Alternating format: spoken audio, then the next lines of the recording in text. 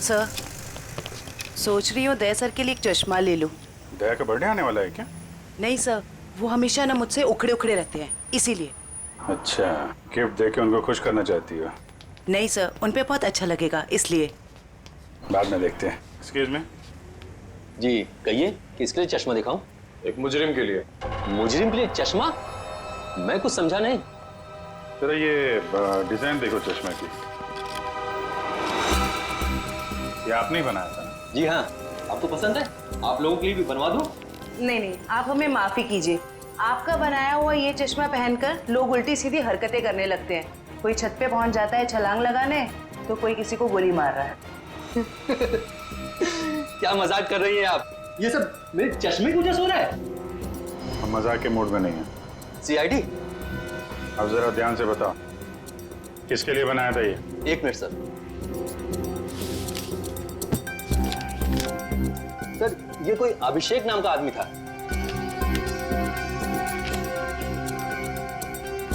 क्या बात है सर, नाम भी है, एड्रेस भी और फोन नंबर भी है। कॉल करो जी।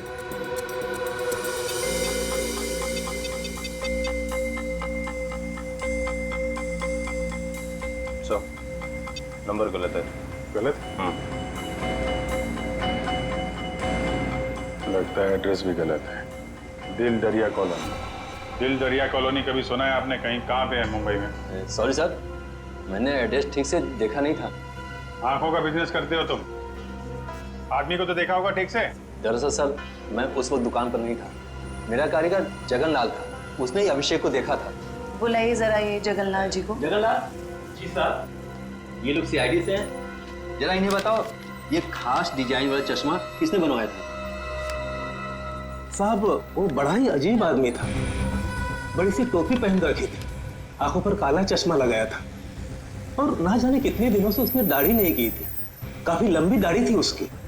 ओह, नाम और एड्रेस की तरह हुलिया भी नकली। कुछ और याद आता है इस आदमी के बारे में? हाँ सर, अक्सर जो लोग चश्मा बनाते हैं ना, वो सामान हमारे दुकान से ही लेते हैं, लेकिन वो खुद अपना सामान लेके आया था। फ्रेम, कांच और एक अजीब सी छोटी सी चीज उसने लगाई थी चश्मे में। छोटी सी चीज? अच्छा, उस चीज के बारे में कुछ बता सकते हैं आप? अपने मोबाइल का सिम कार्ड होता है ना, उससे भी छोटी चीज थी। और साहब, चश्मा बनने के बाद उसने मुझे पहनने भी नहीं दिया। मुझे फिटिंग चेक करवानी थी तो बोला चश्मा गंदा हो जाएगा। ये भी कोई बात हुई? कोई बात नहीं। आप जरा ये मेरा कार्ड रखिए। अगर वो आदमी दोबारा आए या दिखाई पड़े तो मुझे फोन करना। और उसको नहीं बताएंगे, इतना तो समझते हैं ना आप? समझ गए सर। सर, ये रोहन और मीशा है। ये सानिया के बड़े अच्छे दोस्त थे। घबराओ मत। देखो, हमने तुम्हें यहाँ कुछ सवाल पूछने के लिए बुलाया है। कैसे सवाल सर? सानिया के बारे में। क्या तुम लोगों को पता है सानिया ने ऐसा क्यों किया, क्यों आत्महत्या की? पता नहीं सर, अगर उसे कोई प्रॉब्लम होती तो हम जरूर उसकी मदद करते, लेकिन ऐसा कुछ नहीं था सर। एक बात बताओ, क्या सानिया का कोई बॉयफ्रेंड वगैरह था? कोई लड़का था उसकी जिंदगी में? हाँ सर, एक लड़का तो था, मगर उसने कभी हमें उससे मिलवाया नहीं। क्यों? पता नहीं सर, वो बोली सब कुछ ठीक हो जाने के बाद सबको बताएगी। बहुत सीरियस थी उसको लेकर, शादी करना चाहती थी उससे। अच्छा, क्या नाम क्या था उस लड़के का? नहीं सर, उसके बारे में कुछ भी नहीं बताया था। पर हाँ सर, वो कॉलेज खत्म होने के बाद मंगलावाड़ी चौल जाती थी। एक दो बार तो मैंने खुद उसे वहाँ पे छोड़ा था। वहाँ पे एक लड़का बाइक पे हेलमेट पहने उसका इंतजार किया करता था। मंगलावाड़ी? चलो, थैंक यू वेरी मच। तुम दोनों जा सकते हो। मंगलावाड़ी चाल? सर, नीता तो वहीं पे रिसर्च करती थी। और उसकी बहन सानिया, नीता की बहन सानिया जिस लड़के से मिलने जाती थी, वो मंगलावाड़ी चाल में ही रहता है। मंगलावाड़ी चाल में। कुछ समझ गए? समझ गया सर। मतलब ये नीता उस लड़के को जानती है, मगर जानबूझ के हमसे छुपा रही है। हाँ, मंगलावाड़ी चाल। इस लड़की को देखिए, क्या आप में से कोई भी इसे जानता है? कभी देखा है? हाँ, ये अक्सर हमारे चौल में आया करती थी उस लड़के से मिलने। कौन सा लड़का? मनोज नाम था उसका, इसी चाल में रहता था वो। रहता था मतलब अब नहीं रहता? वो दरअसल कुछ साल पहले उसे सजा हो गई थी। अब तक तो सजा पूरी भी हो गई होगी, पर वो वापस लौटा नहीं। क्या क्या किया था उसने? सर पक्के से तो पता नहीं, पुलिस कह रही थी चोरी चकारी का इल्जाम है उस पर। मनोज, चल, thank you very much.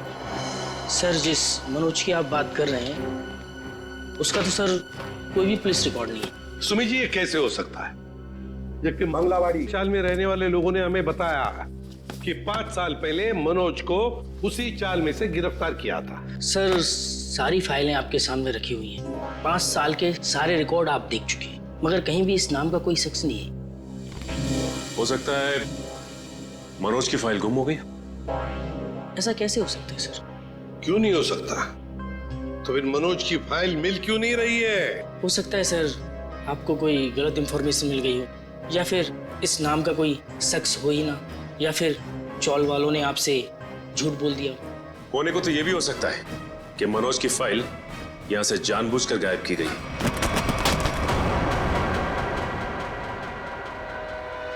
Ravi ji, क्या हुआ? तबीयत बिगड़ गई क्या? ये अचानक पसीना क्यों आने लगा? अरे कांपने क्यों लगे तुम? और अचानक ये फाइल छूट कैसे गई तुम्हारे हाथ से? नहीं सर, ऐसी कोई बात नहीं है। हमसे कोई भी कुछ भी छुपा नहीं सकता। बताओ क्या बात है? भागता किधर? लगता है सर ये बिना दवा खाए इसकी बीमारी ठीक होगी नहीं।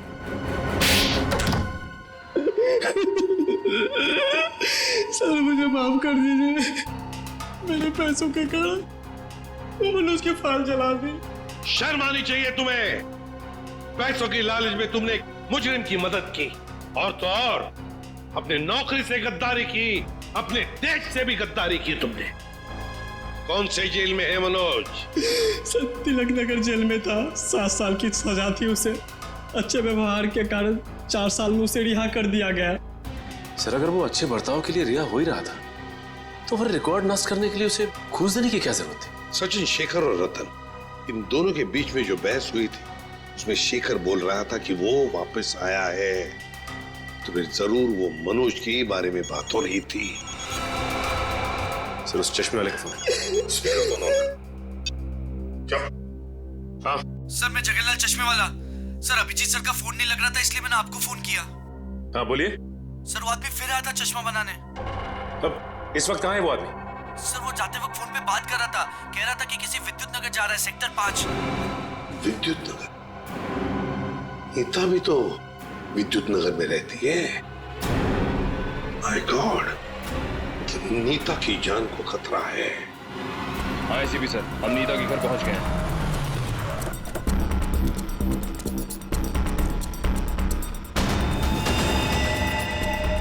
ओह नो, ये नीता छत पे क्या कर रही है? इसे रोकना होगा। नीता!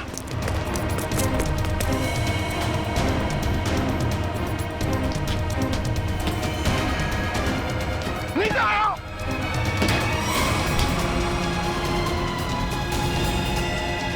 तो हटो।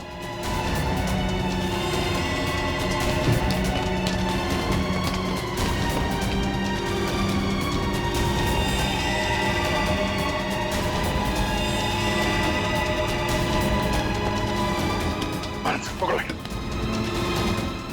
आ जाओ। मयूर, चश्मा। ये क्या कर रही थी तुम? अपनी जान क्यों दे रही थी? जान दे रही थी? मैं क्यों अपनी जान दूंगी? तुम छत पे क्या करने आई थी? छत पे? मैं छत पे क्या कर रही हूँ? मुझे कुछ याद नहीं आ रहा। मैंने वो चश्मा पहना था और पता नहीं, मेरा सर दर्द हो रहा है। सर, इस केस में ये क्या हो रहा है? लोग अचानक खुदकुशी करने चले आते हैं। सारे हादसों में एक चीज कॉमन है, ये चश्मा। ये चश्मा पहनने से पहले क्या हुआ था वो तो याद है ना तुम्हें? हाँ सर। नीता, मुझे पता है तुम पर क्या बीत रही होगी, लेकिन तुम चिंता मत करो, सब ठीक हो जाएगा। काकी, ये क्या है? ऐसी हालत में मुझे ये गिफ्ट तुम्हें देते हुए बहुत अजीब लग रहा। गिफ्ट? हाँ, तुम्हारा बर्थडे था ना, तो हमारे चौल के बच्चों ने अपने हाथों से बड़े प्यार से तुम्हारे लिए गिफ्ट बनाया।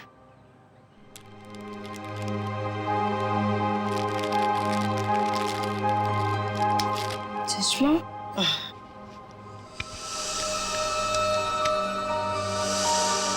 ये सविता जी कौन? सविता जी मंगलवाड़ी चौल में रहती हैं। बड़ी नेक औरत है। ये कितनी नेक औरत है ये तो उनसे मिलने के बाद ही पता चलेगा। अरे अरे अरे अरे सविता जी, लगता है हम लोग गलत वक्त पर आ गए। कहीं जा रही थी आप? हाँ, वो कुछ जरूरी काम आ गया था, इसलिए मैं कलकत्ता जा रही हूँ। लेकिन क्या करें, अब आप कलकत्ता जा नहीं पाओगी। क्यों नहीं जा पाऊंगी? वो क्या है ना कि मुजरिमों को यहाँ खुले घूमने की आजादी नहीं। मुजरिम? कौन मुजरिम? शराफत का नकाब उतार। नीता ने हमें सब कुछ बता दिया है। मेरे को कुछ काम है, मैं अब तक तुम्हारी उम्र का लिहाज कर। मुझे सख्ती बरतने पे मजबूर मत करो प्लीज। बताइए। मैंने जो कुछ किया अपने बच्चों के मौत का बदला लेने के लिए किया। बच्चों की मौत का बदला? हाँ, नीता के पिता रतन ने मेरे दोनों बच्चों को मार डाला अपने बिजनेस पार्टनर शेखर की मदद लेके। जान ली? लेकिन क्यों? क्योंकि उसको गलतफहमी हो गई थी कि मेरा बेटा तनुज वही लड़का है जिसे उसकी बेटी सानिया प्यार करती थी। क्यों हुई ऐसी गलतफहमी?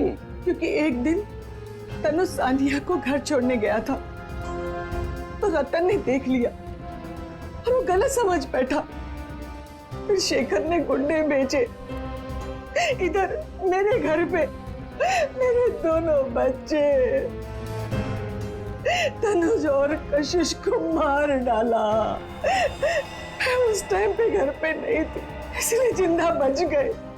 पर नीता ने क्या बिगाड़ा था तुम्हारा? उसे क्यों सजा दी तुमने? क्योंकि रतन ने मुझसे मेरे बच्चे छीने साहब। उसको वही दर्द देना चाहती थी। मनोज कहाँ पर है? मनोज? कौन कौन मनोज? वही मनोज जिसने तुम्हें बदला लेने में मदद की थी। साहब मेरे को नहीं मालूम। बताना तो पड़ेगा ही। ये जादू वाला चश्मा कहां से बनवाया? मनोज कहां पर है? आइए आइए जनाब, आप ही का तो इंतजार था। आइए। बड़े खुश नजर आ रहे हो, क्या बात क्या है? बात ही ऐसी बॉस, आज मैं आपको एक कमाल का जादू दिखाता हूँ। देख साउंड के मेरे पास मजाक करने के लिए वक्त नहीं है, जल्दी बता। अरे यार 2 मिनट, हमेशा काम करते रहते हो, जरा जादू देखो प्लीज प्लीज। तारिका लेके आओ। एक देखो देखो देखो क्या होता है, देखो। ये लीजिए। Very good. सचिन यार तुम ये जरा चश्मा पहन लो। चश्मा? लेकिन मैं ही क्यों सर? अरे पहनो पहनो, मैं हेल्प करता हूँ तुम्हारी। अब सचिन जरा ध्यान से देखो और बताओ कि ये चश्मा वहां से ला करके किसने दिया? अरे सर कैसी बात करते हैं? तारिका ने। नहीं सचिन, कौन से देखो, ये चश्मा वहां से उठा करके तारिका नहीं श्रेया लेकर के आई। मैं? अरे सर कैसी बात कर रहे हैं आप? आपके सामने जो खड़ी है वो तारिका है और जो यहाँ खड़ी है वो श्रेया है। सचिन जरा गौर से देखो और फिर बताओ। तुम्हारे सामने जो खड़ी है वो तारिका नहीं है, वो श्रेया है सचिन। हाँ सर, मेरे सामने जो खड़ी है वो श्रेया है।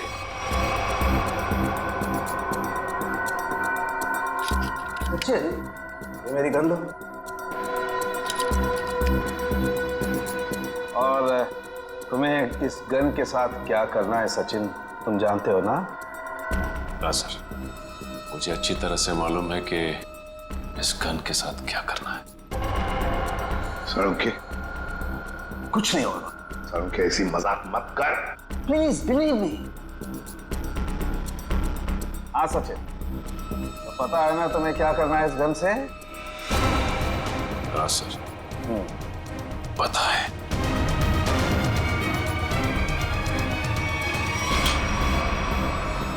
लाओ सचिन, ये गन मुझे दे दो। अब ये चश्मा भी तुम्हारा उतार देना है। बैठ जा, बैठ जा। जो क्या रहे सर भारी और सचिन, अभी अभी आपने मुझे मारने की कोशिश की, मुझ पर गोली भी चलाई। वो तो गन खाली थी इसलिए। ये तुम क्या कह रही हो?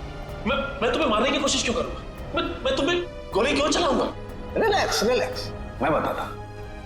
बस ये बहुत ही स्पेशल चश्मा है। इस चश्मे में एक डिवाइस लगी हुई, एक ऐसा यंत्र जिसकी वजह से जो इंसान इस चश्मे को पहनता है वो सम्मोहित हो जाएगा, hypnotize। और ये नैनो डिवाइस है जो वॉइस रिकॉर्ड करता रहता है। तो जिस इंसान ने चश्मा पहना है उससे ये बताता रहता है कि उसे एग्जैक्टली करना क्या है। आपने जो मुझ पर गोली चलाई वो भी इसी डिवाइस की वजह से। इसलिए वो आवाज आ रही थी। लेकिन ये आवाज हमें सुनाई क्यों नहीं दी? वो इसलिए क्योंकि वो आवाज बहुत ही ज्यादा धीमी है। बॉस, वो आवाज इतनी कम है कि बाजू में खड़ा इंसान भी वो आवाज सुन नहीं सकता है। और जैसे ही ये चश्मा उतारा जाता है, आदमी भूल जाता है कि उसने जब वो चश्मा पहना था क्या किया था उस वक्त। एग्जैक्टली। और इसीलिए रतन जी को ये याद नहीं था कि इन्होंने शेखर पे गोली चलाई। और उस बॉडीगार्ड को भी इसीलिए पता नहीं चला कि वो कब छत पर गया और कब छलांग लगाई। ये सारा इस मनोज का किया हुआ कर्म है। अब वो वक्त आ गया है जो मैंने अपनी पूरी जिंदगी में किया, वो सारे कर्मों का हिसाब होगा। अफसोस पाप का घड़ा उनमें से भी भारी है, लेकिन मेरी जैसी औरत का जीने का कोई अधिकार नहीं है, कोई अधिकार नहीं है। उम्मीद करती हूँ अगले जन्म में अच्छा इंसान बनने की कोशिश करूंगी।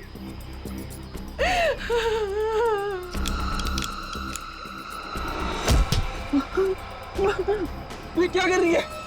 उतार चश्मा, उतार। मेरा बच्चा आ गया। तूने जहर पिया? आई, ये क्या किया तूने? मेरे को नहीं पता मैंने ऐसा क्यों किया। बेटा मेरे को माफ कर दे, हमारे साथ इतना ही था। नहीं आई, आई नहीं, आई। जिस किसी ने भी तेरे साथ ऐसा किया है माँ, तेरी कसम उसे छोड़ूंगा नहीं मैं। अब पता चला किसी अपनों पर वो मौत का चश्मा लगाने के बाद कैसे लगता है। चलो अब तुम्हारे आंखों पे कानून का चश्मा चढ़ाते हैं। कहाँ भाग रहे हो? रुक, सचिन उधर से पीछे जाओ उसके।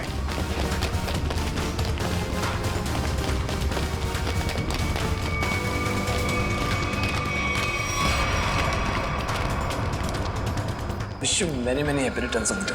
Happy birthday. So much. अब जेल की चक्की पीसने की तैयारी करो।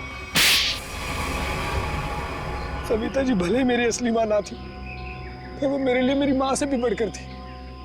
उनके बच्चों के मरने के बाद उन्होंने मुझे ही अपना बेटा माना था। मतलब तनुज और कशिश के बाद? हाँ, उन दोनों बच्चों की मौत कोई हादसा वादसा नहीं थी, बल्कि उनका खून हुआ था, जिसे किया था नीता के पिता रतन कुमार ने। और मुझे झूठे रॉबरी के केस में फंसाया भी उन्होंने ही था। इसलिए मैंने प्लान बनाया, बदला लेने का प्लान।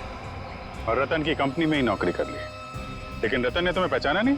रतन और शेखर ने मुझे नहीं पहचाना, क्योंकि उन्होंने मुझे कभी देखा ही नहीं था। और इसी बात का मैंने फायदा उठाया, और जेल से छूटने के बाद ना ही मैंने सविता माँ के बच्चों का बदला लिया, बल्कि अपनी सान्या, जिसे मैं इतना प्यार करता था, उसकी भी मौत का मैंने बदला लिया। हमारे पास चले आते, हम तुम्हें न्याय दिलाते। कानून पर से तो विश्वास ही उठ गया था मेरा, इसलिए मैंने खुद ही न्याय करने की सोची। नीता से दोस्ती की, फिर उसे मार दिया। सान्या से प्यार करते थे तुम, इसे प्यार कहते हो? उसकी बहन की जान लेने चले थे तुम। वो तो अच्छा हुआ हम लोग इस वक्त पे पहुंच गए और उसे बचा लिया। क्या नीता जिंदा है? हाँ जिंदा है। बहुत कोशिश की ना तुमने उसे मारवाने की। उसके बॉडीगार्ड को भी वो चश्मा पहना दिया ताकि वो आत्महत्या कर ले, मगर नहीं, तुम्हारा प्लान वैसे ही फेल हो गया। हाँ, मगर रतन का प्लान फेल नहीं हुआ। मैंने वेटर के जरिए उसे खूनी चश्मा पहनाया और उसी के जरिए उसी के दोस्त को मरवा दिया। और फिर हमारे आने से पहले वो चश्मा तुमने गायब कर दिया। तो फिर वो चश्मा सविता के जरिए तुमने नीता तक पहुंचा दिया।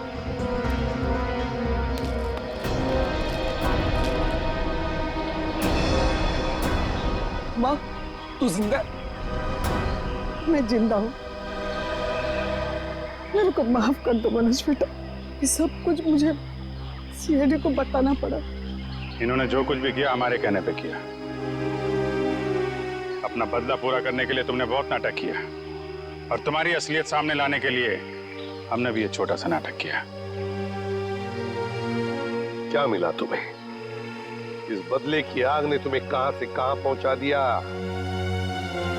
अब जेल की सलाखों के पीछे सड़ते बैठना। कानून तुम्हें कड़ी से कड़ी सजा देगा, शायद फांसी ही होगी। कितना मारोगे मुझे? एक बार बोला ना पैसा दे, एक बात में बार बार नहीं दोहराता। पैसा पेड़ पे नहीं उगता। लोगों के घर में झाड़ू बर्तन पोछा करके ही पैसे कमाए हैं मैंने। ऐसे दारू में उड़ाने नहीं दूंगी। अपने पति से जवान लड़ाती है, जवान लड़ाती है। काकी, हाँ? अब आपके घुटनों में दर्द तो नहीं है ना? हाँ बेटा, तूने जो घुटनों के लिए दवा दिया था ना, उससे मेरा घुटना बिल्कुल ठीक हो गया। नमस्कार। नमस्कार, कैसे है? बस ठीक है। हाँ, बड़ी बड़ी बड़ी। ये नीता जी है। नमस्कार। ये इस चाल में रहते। हाँ, आइए। हमारे चाल के लोग ना बहुत अच्छे हैं, बहुत सपोर्ट करते हैं एक दूसरे को। हाँ, अपने पति से जवान लड़ाती है, जवान लड़ाती है। ये सुनील और रेखा का फिर से किचकिच शुरू हो गया लगता है। अरे अगर मेरे को दोबारा पैसा लेने से रोका ना, तो मुझसे बुरा कोई नहीं होएगा। तुझसे बुरा और हो भी कौन सकता है? कहा ना मैंने कि मैं पैसे नहीं दूंगी। जवान लड़ाती है, आज तेरे को सबक सिखा के रहेगा मैं। ए सुनील, खबरदार जो उस पे हाथ उठाया तो। देख सविताई, ये मेरा और मेरे बाइकों का पर्सनल मामला है, बीच में कुछ नहीं बोलने का। इसको तो मैं ये तुम्हारा अकेले का मामला नहीं है, सगा साहिल से मामला है। हाँ, अगर दोबारा दिखा को तुमने तो तुझे चाल के बाहर उठा के फेंक दूंगा मैं। हाँ, खबरदार, जो किसी ने मेरे मर्द को धमकी दी, वो जैसा भी है मेरा पति है और इसे कोई भला बुरा नहीं कह सकता। सुना तुमने? तुम्हारे इतने जुल्म बर्दाश्त करने के बावजूद भी ये अपना पत्नी धर्म निभा रही। क्या तुम एक पति होने का कर्तव्य पूरा कर पा रहे हो? देख, अगली बार ना तूने इस पे हाथ भी उठाया या उंगली भी उठाई ना, तो तेरे को मैं जेल में भिजवा दूंगी, समझा? गलती हो गई, गलती हो गई। चल जा भाई। माफी हमसे नहीं, अपनी पत्नी से मांगो। अरे बस जाने दो, चलो नहा लो, मुझे भी काम के लिए निकलना है। चलिए, अच्छा है, सुनील को अकल आ गई आज। सुनील को तो सबक मिल गया, लेकिन इन दोनों का झगड़ा देखकर ना मेरे को मेरे पुराने दिन याद आ गए। आपके पति भी? हाँ, बहुत शराब पीता था, हर वक्त नशे में रहता था, और जब नशे में नहीं रहता था ना, तो इसी तरह जबरदस्ती मेरे से पैसा मांगता था। और आप पैसे दे देती थी? हाँ, क्या करती? और जब मैंने पैसा देना बंद किया ना, तो मेरे सारे गहने, कपड़े, घर का सारा सामान, यहाँ तक कि घर का पूरा अनाज भी बेचना शुरू कर दिया। और फिर एक दिन यही शराब उनको मुझसे दूर ले गई और लीवर फेल हो गया। आई एम सॉरी, मुझे ये सब नहीं पता था। अब आपके पति के बाद आपके घर में कौन कौन है? मेरे 2 बच्चे थे, अनुज और कशिश। भगवान भी इतना निर्दयी है ना, एक एक्सीडेंट में मेरे 2 बच्चों को मुझसे छीन लिया। मैं समझ सकती हूँ कि अपने को खोने का गम क्या होता है। हौसला रखिए, आने वाले दिन खुशियाँ ही खुशियाँ लेकर आएंगे। कल की इसी उम्मीद पे तो मैंने ये एनजीओ की स्थापना की थी और चाल के सारे परिवार वालों को मैंने अपना परिवार माना। काकी, आप बहुत ही नेक काम कर रही हैं। अच्छा अभी रहने दे, ज्यादा तारीफ मत कर मेरी। हाँ चल अंदर चल, मैं तेरे को ना गरम गरम चाय पिलाती हूँ। हाँ अरे नहीं काकी, मुझे ना लेट हो रहा है और आज ही मुझे कॉलेज भी जाना है अपने थीसिस का फॉर्म भरने। तो हम शाम को मिलते हैं चाय पे। पक्का ना? संभल के जाना। आज तो बहुत लेट हो गई।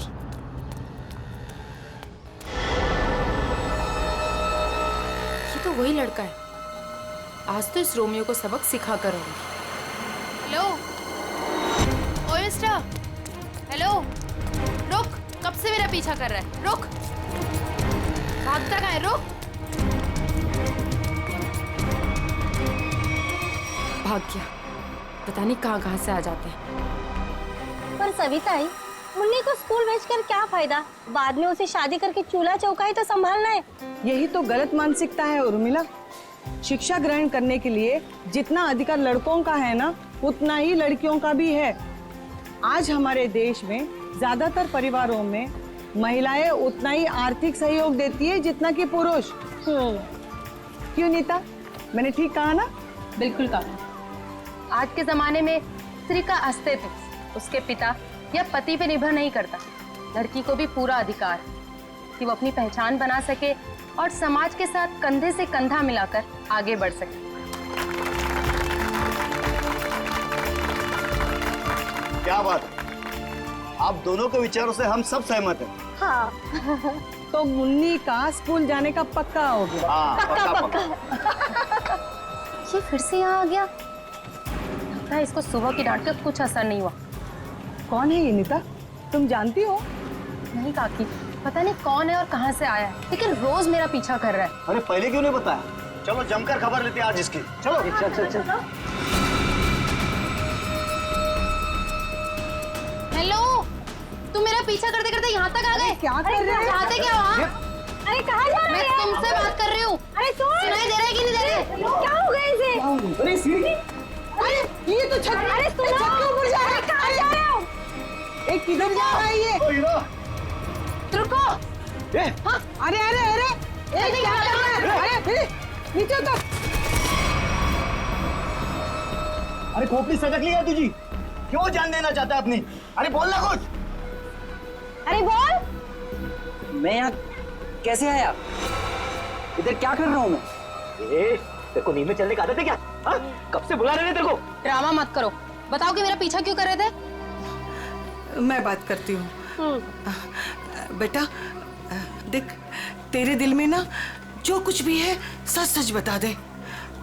तू नीता को पसंद करता है क्या? वो बात नहीं है, मैं तो नीता जी का बॉडीगार्ड हूँ। इनके पिताजी ने मुझे इस काम पर रखा था कि इनकी मैं रक्षा करूं। उन्होंने ये भी कहा था कि इनको पता न चले। झूठ मत बोलो, मेरे पापा मुझसे बिना पूछे कुछ नहीं कर सकते। मैं सच कह रहा हूं। ये मेरा आईडी कार्ड।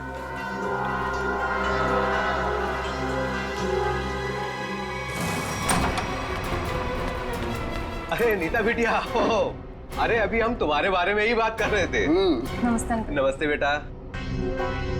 क्या बात है बेटा, अंकल से नमस्ते और पापा से हेलो हाय कुछ भी नहीं? मैं आपसे बहुत नाराज हूँ। ऐसा मैंने क्या कर दिया? आप जानते हैं ना कि मैं मंगलावाड़ी चौल में अपनी रिसर्च कर रही हूँ।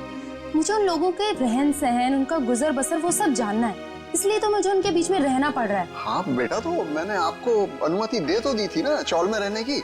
अनुमति दी वो ठीक है, लेकिन वो बॉडीगार्ड वो मेरे पीछे क्यों आ जाता है बार बार? देखो बेटा, मैंने बॉडीगार्ड इसलिए रखा था कि मैं चैन की नींद सो सकूं और मुझे यकीन रहे कि मेरी बिटिया वहां पर सुरक्षित है। पापा, मैं कोई बच्ची थोड़ी हूँ, अपनी देखभाल कर सकती हूँ। शेखर अंकल, समझाइए ना पापा को। पापा के लिए तो तुम हमेशा बच्ची ही रहोगी। 50 साल की हो जाओगी ना तब भी आप भी ठीक है, आप भी ना पापा की तरफदारी कर लो। अरे नहीं नहीं बेटा, हम तो आपकी ही तरफ हैं। देखो रतन, ये अच्छी बात नहीं है भाई। नीता बिटिया को उसकी पर्सनल स्पेस मिलनी चाहिए। लेकिन शिखर, तुम्हें तो पता है ना शहर में जुर्म कितने बढ़ गए हैं। अब मैंने एक बॉडीगार्ड रख लिया तो कौन सा पहाड़ टूट गया यार। मुझे ना आपसे कोई बहस नहीं करनी। कल मेरा जन्मदिन है और ये मेरा जन्मदिन का गिफ्ट कि नो बॉडीगार्ड। अरे हाँ, कल तो नीता बिटिया का जन्मदिन है। अरे यार, मैं तो बिल्कुल भूल ही गया था। लेकिन मैं कैसे भूल सकता हूँ मेरी प्यारी प्यारी बिटिया का जन्मदिन। मैंने जन्मदिन की खुशी में एक बहुत बड़ी पार्टी रखी है। पार्टी? ठीक लगा ना बेटा? Happy birthday Neeta. Thank you so much, please enjoy. Neeta बेटा, जन्मदिन की ढेर सारी शुभकामनाएं। भगवान करे तुम्हें मेरी भी उम्र लग जाए। थैंक यू सो मच काकी। पापा, ये सविता काकी है। मैंने बताया था ना आपको इनके बारे में। हाँ हाँ हाँ, नमस्ते नमस्ते। हमारी बिटिया आपकी बहुत तारीफ करती। आपकी बेटी भी बहुत बहुत अच्छी है। Thank you very much. ये है मेरे बिजनेस पार्टनर शिखर। नमस्ते। नमस्ते। आपसे भी मिलकर बहुत खुशी हुई। मुझे भी बहुत खुशी हुई आपसे मिलकर। Ankit, many happy returns. Happy birthday. Thank you so much. अरे sir, looking handsome sir. Thank you. अच्छा सर, कल हमारे नए प्रोजेक्ट की मीटिंग फिक्स हुई है सुबह 10 बजे। 10 बजे? Okay, done. हेलो जी, ये मेरी बर्थडे पार्टी है, आपका ऑफिस नहीं। तो ये जो अपना काम है ना, ऑफिस तक ही रखिए। सॉरी बेटा, सॉरी। I am sorry. आज काम की कोई बात नहीं हो गई, ठीक है? चलो अब केक काटें। पापा बस एक मिनट, छोटा सा सरप्राइज है। रामू, श्याम, जल्दी से सारे मेहमानों के चश्मे ले आओ। चश्मे? चश्मे? ये देखिए, रंग बिरंगे चश्मे। सो आज का थीम है गॉगल्स, तो ये सबको पहनने हैं। Okay guys? Very innovative idea.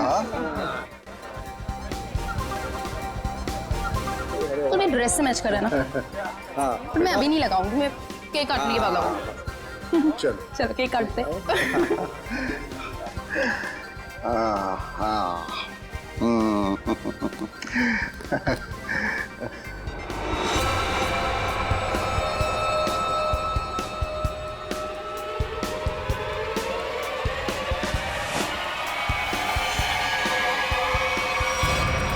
Gun?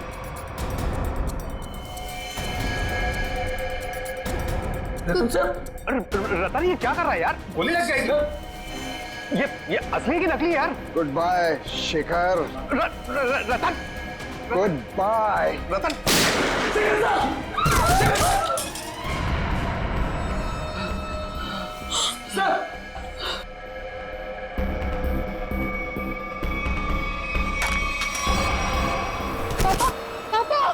पापा, ये तो बेहोश हो गए।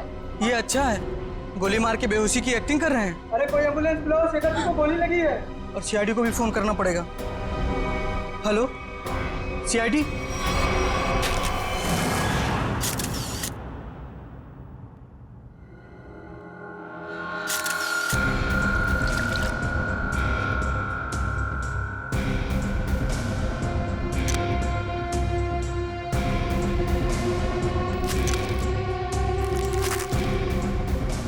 गोली सीधे सीने पे मारी गई है।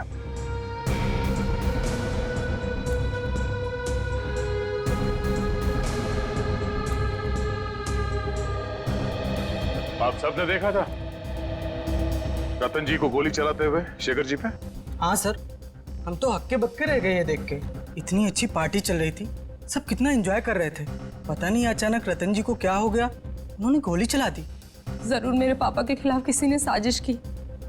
ऐसा कर ही नहीं सकते। रतन जी।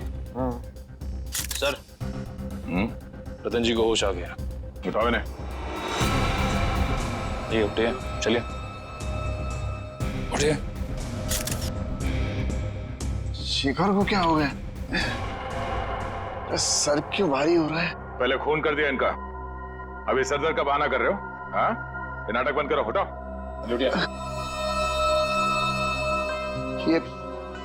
ये आप क्या कह रहे हैं? मैंने किसी का खून नहीं किया। नीता बेटा, क्या कह रहे हैं ये लोग? मेरी समझ में नहीं आ रहा है बेटा। पापा, मुझे खुद समझ में नहीं आ रहा है कि ये सब हो क्या रहा है। समझ में आएगा, सबको बहुत जल्दी सबको समझ में आ जाएगा। निखिल, मयूर, घर की अच्छी तरह से तलाशी लो। यहाँ पे पार्टी में जितनी भी चीजें मौजूद है सबको उठा लो। जयंती सर, इस गन को फोरेंसिक लैब में भिजवा दो। रतन जी चलिए ब्यूरो चलते हैं। पापा ठीक तो है ना? पापा सब बैलिस्टिक्स रिपोर्ट आ गई। इसमें साफ साफ लिखा है कि शेखर को जो गोली लगी थी वो रतन जी के गन से चली थी, और उस गन पे जो उंगलियों के निशान मिले थे वो भी रतन जी के ही थे। कहिए रतन जी, क्या कहना है आपको इस बारे में? नहीं, कुछ समझ में नहीं आ रहा सर। मेरा सर बहुत भारी हो रहा है। ऐसा लग रहा है जैसे किसी गहरी नींद से जागा हूं मैं। कोई डरावना सपना देखा है मैंने। हाँ, मगर क्या करे, शेखर जी की मौत तो कोई सपना नहीं है। सारे सबूत यही कह रहे हैं कि शेखर का खून तुमने किया है। मैंने कोई गोली नहीं चलाई सर। आप मुझ पर यकीन क्यों नहीं कर रहे सर? तो फिर वो गोली क्या अपने आप शेखर जी के शरीर में गई? कुछ याद नहीं आ रहा है मुझे।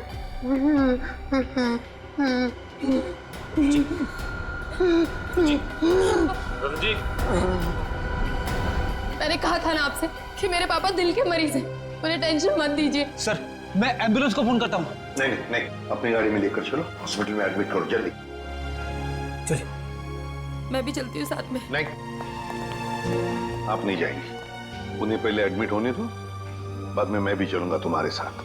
प्लीज सर, मेरे पापा को छोड़ दीजिए। अगर तुम्हारे पापा ने कुछ भी नहीं किया है तो उन्हें कुछ नहीं होगा। अच्छा, एक बात बताओ, रतन जी का कोई झगड़ा वगड़ा था पहले से शेखर जी के साथ, या फिर कल पार्टी में कोई झगड़ा वगड़ा हुआ था? नहीं सर, वो तो पार्टी में बहुत एंजॉय कर रहे थे। अच्छा, क्या तुम्हारे पापा के बर्ताव में कुछ तुम्हें थोड़ा अजीब सा लगा? कभी आदमी कोई टेंशन में होता है या वैसे कुछ? हाँ सर, कोई झगड़ा तो नहीं हुआ था, लेकिन उनका मूड थोड़ा सा चिड़चिड़ा था, और वो शेखर अंकल को कुछ कह भी रहे थे। तुमने काम सही से नहीं किया, वो वापस आ गया। वो वापस आ गया? ये कौन? सर, नाम तो नहीं लिया था। अच्छा, ये बातचीत कब हुई थी दोनों के बीच? कल हुई थी, एनजीओ से लौटने के बाद। एनजीओ? कौन सा एनजीओ है ये? मेरी बड़ी बहन सानिया की मौत के बाद पापा ने एक एनजीओ खोला था, जहाँ पे हम गरीब लोगों को रोटी, कपड़ा और रहने के लिए छत देते हैं। कहाँ है ये एनजीओ? नमस्कार साहेब, मी कपिल, यहाँ एनजीओ मॅनेजर आहे। आप ये बताएंगे कि इस एनजीओ में आप कब से काम कर रहे हैं? पहले दिन से, जब रतन जी ने सानिया मैडम की याद में इस एनजीओ की स्थापना की थी। फिर तो आप काफी करीब से जानते होंगे शेखर जी और रतन जी को। हाँ जी, एनजीओ में काम करने वाले सभी लोगों को अपना परिवार का सदस्य मानते थे। हमेशा आकर हमसे हमारे सुख दुख के बारे में पूछते थे और अपने सुख दुख बांटते भी थे। ये तो बहुत अच्छी बात है। फिर तो आप ये भी जानते होंगे कि शेखर जी और रतन जी के बीच में किस बात को लेकर टेंशन चल रही थी? नहीं साहब, ऐसा कहीं ना थे। वो दोनों बिजनेस पार्टनर कम और भाई संबंध ज्यादा थे। भाई समान थे? तो फिर रतन जी ने शेखर जी का खून क्यों कर दिया? जरा दिमाग पे जोर डालिए और सोच के बताइए कि शेखर जी और रतन जी के बीच में कुछ झगड़ा हुआ था या कुछ बहस हुई थी? ऐसा कई साले न होते। लेकिन रतन जी की बेटी बता रही थी कि रतन जी और शेखर जी आपस में कुछ बातें कर रहे थे कि कोई आया है। कौन वापस आया है, कुछ पता है आपको? हाँ, वो ये दोनों यहाँ बात कर रहे थे इसके बारे में, जब मैंने उस अजीब घटना के बारे में बताया उन्हें। अजीब घटना? कैसी अजीब घटना? कुछ दिन पहले एक आदमी ने मुझे फोन किया था, कहा शेखर जी और रतन जी ने उसे काम पे रखा है और उसने अपना अपॉइंटमेंट लेटर मेल किया कंपनी के लेटर हेड पे, प्लीज चेक कर लीजिए। दूसरे दिन से वो काम पे आने लगा और सब फाइलें वगैरह चेक करने लगा। कौन सी फाइलें चेक कर रहा था? सारी फाइलें, टैक्स की फाइलें, अकाउंट्स की फाइलें, और हाँ, रतन जी और शेखर जी के जिंदगी के बारे में काफी सवाल पूछे। फिर क्या, बस लंच ब्रेक में खाना खाने के बहाने बाहर चला गया और वापस ही नहीं आया। जब भी मैंने इस घटना के बारे में दोनों बॉसेस को बोला तो उन्होंने कहा कि हमने किसी को काम पे रखा ही नहीं है। इतनी मेहनत करके आया था पूछताछ करने के लिए, जरूर इस जुर्म में उसका हाथ है। शेखर जी ने रतन जी को कहा कि वो वापस आ गया है, तुमने अपना काम बरोबर किया नहीं है। इस आदमी का चेहरा तो देखा था ना आपने, हमारे लिए स्केच बनवाई। साहिब, दरअसल बात यह है कि उस दिन मैं अपना चश्मा घर में भुलाया था और चश्मे के बगैर मुझे तो कुछ दिखता ही नहीं है। सामने कुर्सी पड़ी की गाड़ी पड़ी, मेरे को वो भी नहीं दिखता। सर, एक बात तो तय है ये जरूर इन दोनों के अतीत से जुड़ा हुआ ही कोई आदमी है। एग्जैक्टली। इसीलिए तो बड़ी आसानी से इस अनजान आदमी को उन्होंने पहचान लिया। इस नए मोहरे से जल्द मिलना होगा। सर, हाँ, पता चला एनजीओ से किसका फोन था जिसकी वजह से इन दोनों के बीच में अनबन हो गई? सर, एनजीओ वालों को उसका नाम तो नहीं मालूम, लेकिन उनका कहना था कि कोई आदमी आया था, अनजान आदमी, जो काफी सवाल जवाब कर रहा था वहां। यह आदमी जरूर रतन ने जो अपने बेटी सानिया के नाम पे एनजीओ चलाया उसी से संबंधित है। रतन और शेखर दोनों इस आदमी के बारे में जानते थे और इसीलिए इन दोनों के बीच में बहस हो गई। सर, कहीं ये जो भी चीजें हो रही हैं, इन सबका संबंध सानिया की मौत से तो नहीं? नीता, बेटा एक बात बताओ, तुम्हारी बहन की मौत कैसे हुई? दीदी ने आत्महत्या की थी। क्यों? मालूम नहीं। मालूम नहीं मतलब? मैं उस वक्त हॉस्टल में थी। घर पे क्या हो रहा है क्या नहीं, सबसे अनजान। अच्छा, जब आपकी बहन ने आत्महत्या की तो उस वक्त क्या आप हॉस्टल में थी? उस वक्त तो मैं घर पे थी, छुट्टियां मनाने के लिए आई थी।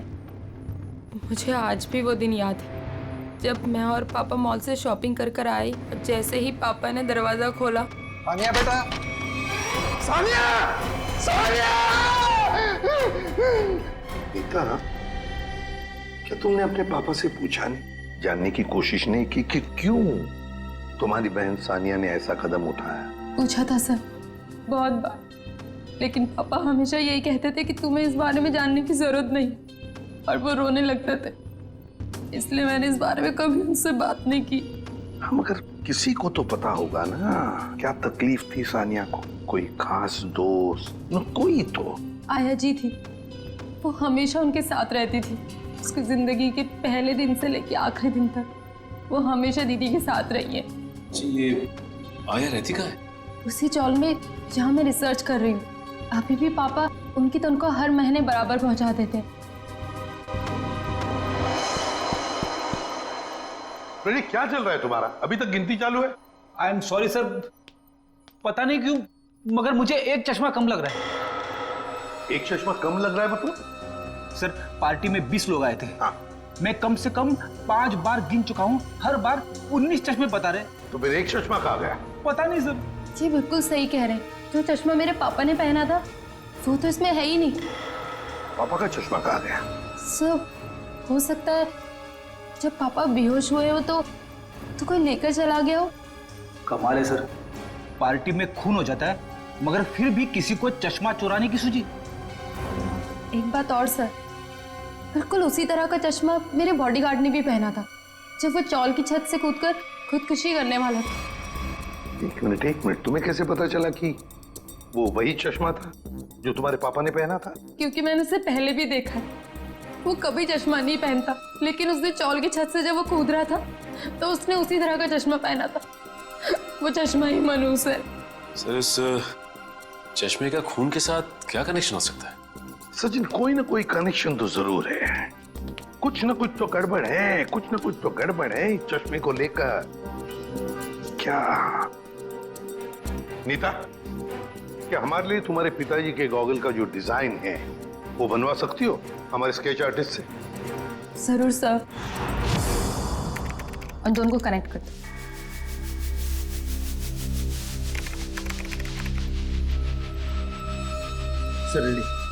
ठीक है, थैंक यू। कमाल का डिजाइन है ये इस चश्मे का। सर, ये चश्मा तो कस्टम मेड लगता है, क्योंकि रेडीमेड चश्मों की डिजाइन ऐसी नहीं होती। हाँ श्रेया, ये ऑर्डर देख के, डिजाइन देखकर बनाया गया चश्मा है ये। पता लगाना पड़ेगा शहर में ऐसी कौन सी दुकानें हैं, कितनी दुकानें हैं जो इस तरह के चश्मे बनाती हैं। फिर सानिया की आया के बारे में भी पता लगाना पड़ेगा। हेमलता जी? कौन है?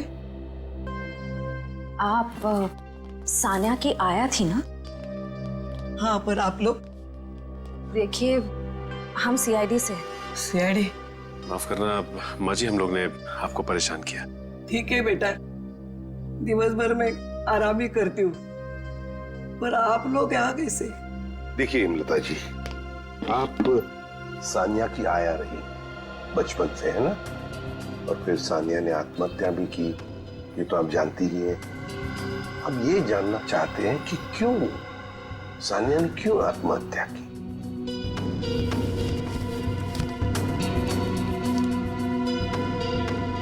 बहुत दिनों बाद इन बूढ़ी आंखों को आप लोगों ने नम कर दिया। हम आपका दुख समझते हैं।